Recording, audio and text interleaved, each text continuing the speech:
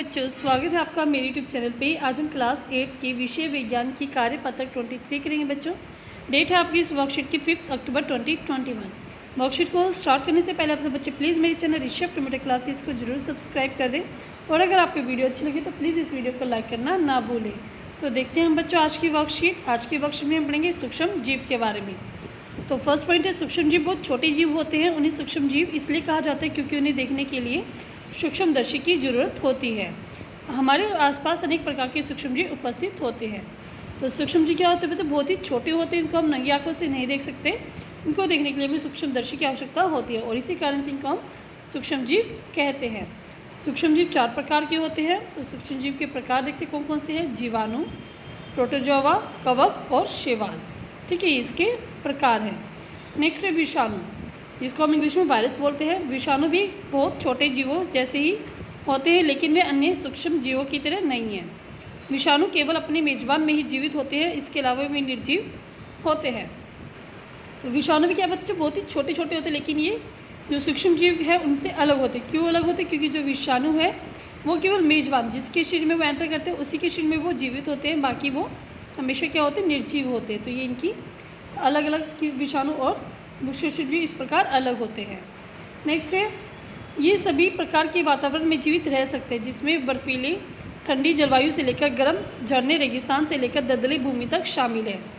तो जो हमारे जो विषाणु है वो हर एक इन्वायरमेंट में, या सूक्ष्म जीव कहें तो वो क्या है, हर एक इन्वायरमेंट में जीवित रह सकते हैं। जैसे कि अगर बर्फीली है तो भी जीवित रह सकते हैं, गर्म वायु है तभी वो जीवित रहते हैं, रेगिस्तान में भी जीवित रहते हैं, और दलदली भूमि में भी वो जीवित रह सकते हैं।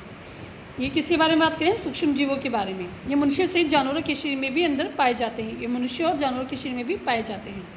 नेक्स्ट पॉइंट है, कुछ सूक्ष्म जीव अन्य जीवों पर आश्रित होते हैं, जबकि अन्य स्वतंत्र रूप से मौजूद होते हैं।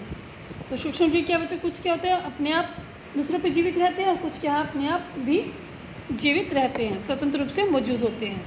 ठीक है, तो यहाँ पर दिखाया गया जैसे सूक्ष्म जीव के गर्म झरने में भी जीवित रहते हैं, रेगिस्तान में भी जीवित रहते हैं, बर्फीली जलवायु में भी जीवित रहते हैं, और मिट्टी में भी जीवित रहते हैं। देखो हमें दिखाई दे ये सारे क्या हमारे सूक्ष्म जीव हैं। नेक्स्ट अब देखते हैं वर्कशीट के क्वेश्चन आंसर। तो फर्स्ट क्वेश्चन है बच्चों, सूक्ष्म जीव किन्हें कहते हैं, इनके नाम लिखिए। तो सूक्ष्म जीव के नाम लिखने और इनकी डेफिनेशन आपको बतानी है। तो इसमें आप लिखेंगे सूक्ष्म जीव बहुत छोटे होते हैं, नहीं सूक्ष्म यहाँ पे लिखिए, इन्हें सूक्ष्म जीव बहुत छोटे होते हैं। और सूक्ष्म जीवों के प्रकार लिखेंगे, आप ये डायग्राम बना सकते हैं, नहीं तो आप सिंपल इनके नाम लिख सकते हैं। जीवाणु, प्रोटोजोआ, कवक और शैवाल। ठीक है, ये इसका आंसर हो जाएगा। ठीक है, आपको क्वेश्चन नंबर 1 का आंसर आप पहले ये लिखेंगे, उसके बाद आप ये लिख देंगे। डायग्राम भी बना सकते हैं और सिंपल आप इसके नाम भी लिख सकते हैं। शैवाल भी देख लें, ये शैवाल है। सेकंड क्वेश्चन हम देखते हैं बच्चों। सेकंड क्वेश्चन है, सूक्ष्म जीव हानिकारक होते हैं या उपयोगी, उनकी अपने उत्तर की पुष्टि कीजिए। तो लिखते हैं इसका आंसर हम। तो सेकंड क्वेश्चन में आप लिखेंगे सूक्ष्म जीव हमारे लिए हानिकारक उपयोगी दोनों है। ये नहीं लिखना, इंग्लिश का था। सूक्ष्म जीव का इस्तेमाल एंटीबायोटिक नामक दवाई बनाने में किया जाता है। रोग उत्पन्न करने वाले सूक्ष्म जीव रोगजनक या रोगाणु कहलाते हैं। तो ये क्या इसका उपयोग है, ये इसका हानिकारक है। तो इस प्रकार आप क्वेश्चन नंबर 2 में ये दोनों पॉइंट लिख देंगे। थर्ड क्वेश्चन हम देखते हैं बच्चों।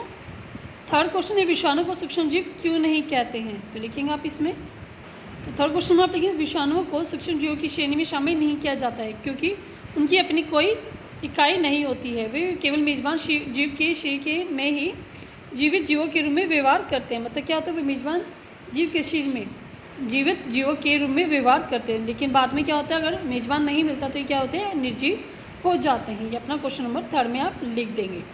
फोर्थ क्वेश्चन हम देखते हैं। फोर्थ क्वेश्चन है, सूक्ष्म जीव कहाँ रहते हैं। तो बच्चों हमने भी पढ़ा था सूक्ष्म जीव कहाँ कहाँ रहते हैं।